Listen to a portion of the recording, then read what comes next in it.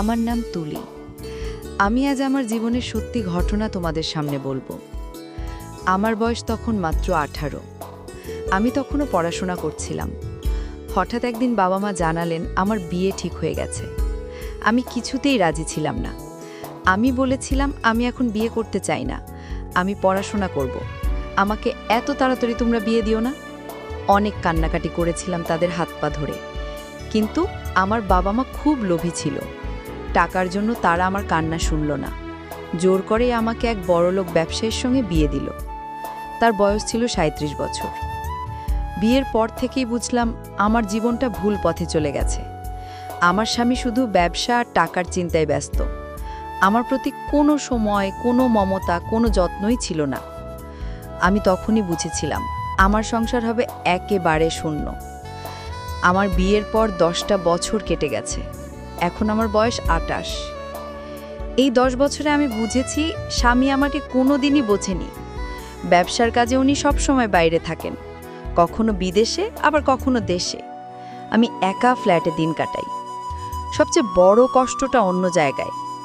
একজন পূর্ণবয়স্ক নারীর জীবনের অনেক ছোট ছোট দুষ্টু মিষ্টি চাওয়া পাওয়া থাকে তার স্বামীর কাছে, কিন্তু আমার সবটাই থেকে গেছে অপূর্ণ।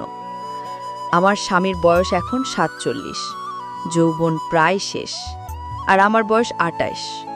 শরীরে যৌবনের ভরা জোয়ার চলছে। কখনো কখনো মাসে 3-4 দিন আমার কাছে থাকে, আমার কখনো মাসে একদিনও তার দেখা পাই না। আমি শহরে ফ্ল্যাটে আমাকে একা রেখে দিয়েছে। আগে যখন আমার কাছে থাকতো মাঝে মাঝে রাতে আমার সাথে ঘনিষ্ঠ হতো। তবে স্বামী স্ত্রীর মধ্যে সাধারণত যেমন ভালোবাসা মাখানো কথাবার্তা হয়, আমাদের মধ্যে তা কোনোদিনই হতো না। রাতে আমার কাছে শুয়ে সে ঘনিষ্ঠ হতো, কিন্তু 1-1.5 মিনিটের মধ্যেই তার চাহিদা পূরণ হয়ে যেত, আর আমার শরীরের চাহিদার বিন্দুমাত্র পূরণ করতে পারত না। আমার শরীরে আগুন জ্বালিয়ে দিয়ে সে ফিরে ঘুমিয়ে পড়ত। তখন আমার শরীরে জ্বালা উঠে যেত, আর আমি বিছানায় সারা রাত ছটফট করতাম। এটা যে কত যন্ত্রণার তা আমি একমাত্রই জানি। এ বয়সে এর চেয়ে যন্ত্রণাদায়ক আর কিছুই হতে পারে না। কিন্তু আমার বাবা মাই আমার জীবন ধ্বংস করেছে। তারা আমাকে এক প্রকার বিক্রি করে দিয়েছে এই লোকটার কাছে।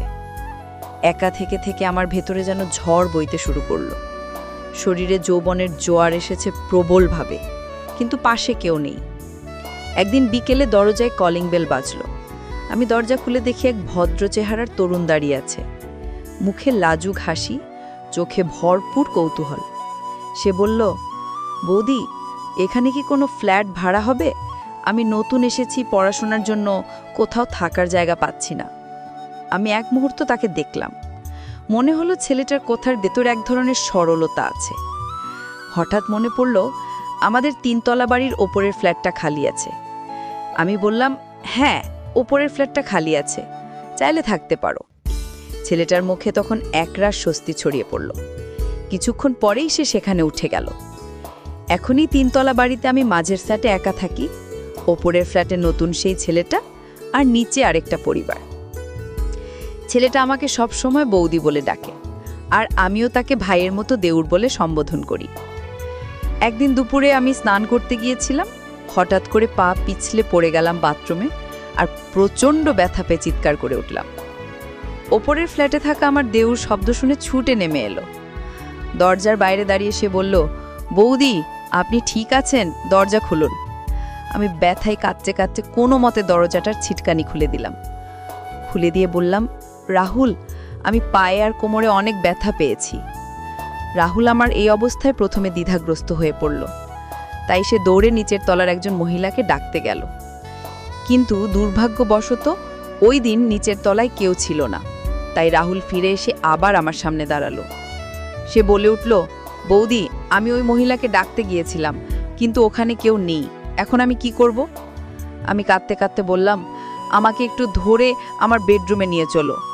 কিছুটা লজ্জা নিয়ে রাহুল বলল, বৌদি, আপনার এই অবস্থায় কি আমি আপনার গায়ে হাত দেব?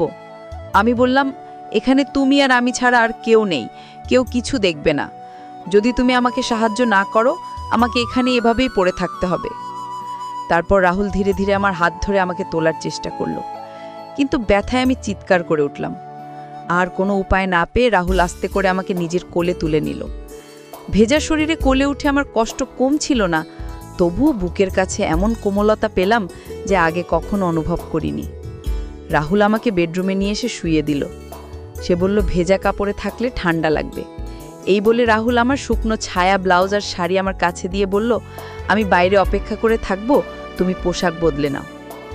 আমি চেষ্টা করে ব্লাউজের বোতাম খুলতে গেলাম, কিন্তু ভেজা কাপড় শরীরের সঙ্গে লেগে থাকায় আর ব্যথার কারণে ব্লাউজের বোতাম পর্যন্ত খুলতে পারছিলাম না। বাধ্য হয়ে রাহুলকে ডাকলাম, রাহুল, আমি বদলেতে পারছি না। রাহুল কিছুক্ষণ অভিভূত অবস্থায় দাঁড়িয়েছিল। মনে হচ্ছিল কি করবে বুঝে উঠতে পারছে না। আমি কাঁদতে কাঁদতে বললাম, রাহুল, এখানে শুধু তুমি আর আমি ছাড়া আর কেউ নেই, তুমি একটু হেল্প করবে আমাকে? এই কথা শুনে রাহুল শেষ পর্যন্ত সাহস পেল। সে চোখ বন্ধ করে প্রথমে আমাকে শুইয়ে দিল, তারপর আস্তে করে ব্লাউজের বোতাম খুলতে লাগলো। ধীরে ধীরে যত্ন নিয়ে সে ব্লাউজ খুলে ফেলল। এরপর একটা ব্লাউজ আমাকে পরাতে যাবে, অমনি আমি বললাম, রাহুল, আমার ব্রা পরা আছে, ওইটা আগে খোলো। কিন্তু ব্রা কিভাবে খুলতে হয় সেটা রাহুল জানে না।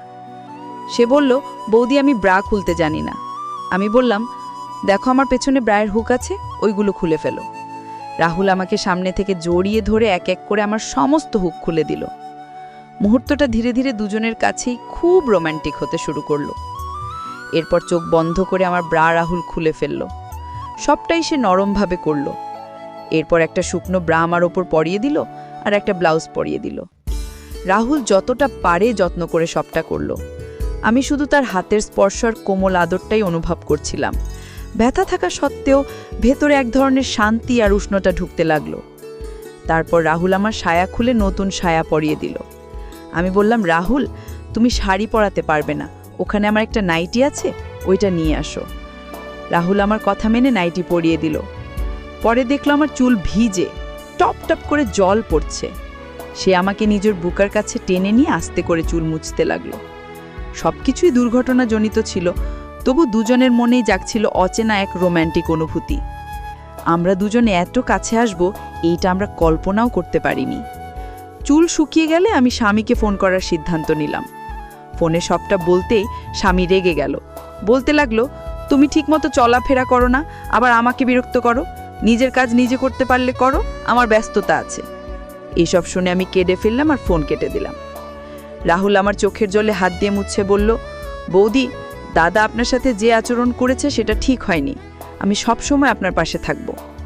আমি কাঁদতে কাঁদতে বললাম, ওই মানুষটা সব সময় আমার সাথে এমন আচরণ করে। আর তুমি আমাকে বৌদি বলে ডাকবে না। আমার স্বামীকে তুমি চেনো না, তুমি আমাকে চেনো। তোমার সম্পর্ক আমার স্বামীর সাথে নয়, তাই তুমি আমাকে তোমার জীবনে বন্ধু হিসেবে গ্রহণ করতে পারো, অথবা নাম ধরেও ডাকতে পারো। রাহুল বলল, ঠিক আছে, আমি তোমাকে বন্ধু হিসেবে তুলি নামেই ডাকবো, যদি তুমি চাও। রাহুলকে বললাম, তোমার মতো এরকম একজন যত্নশীল মন পাওয়া খুব ভাগ্যের ব্যাপার। তুমি খুব ভালো রাহুল।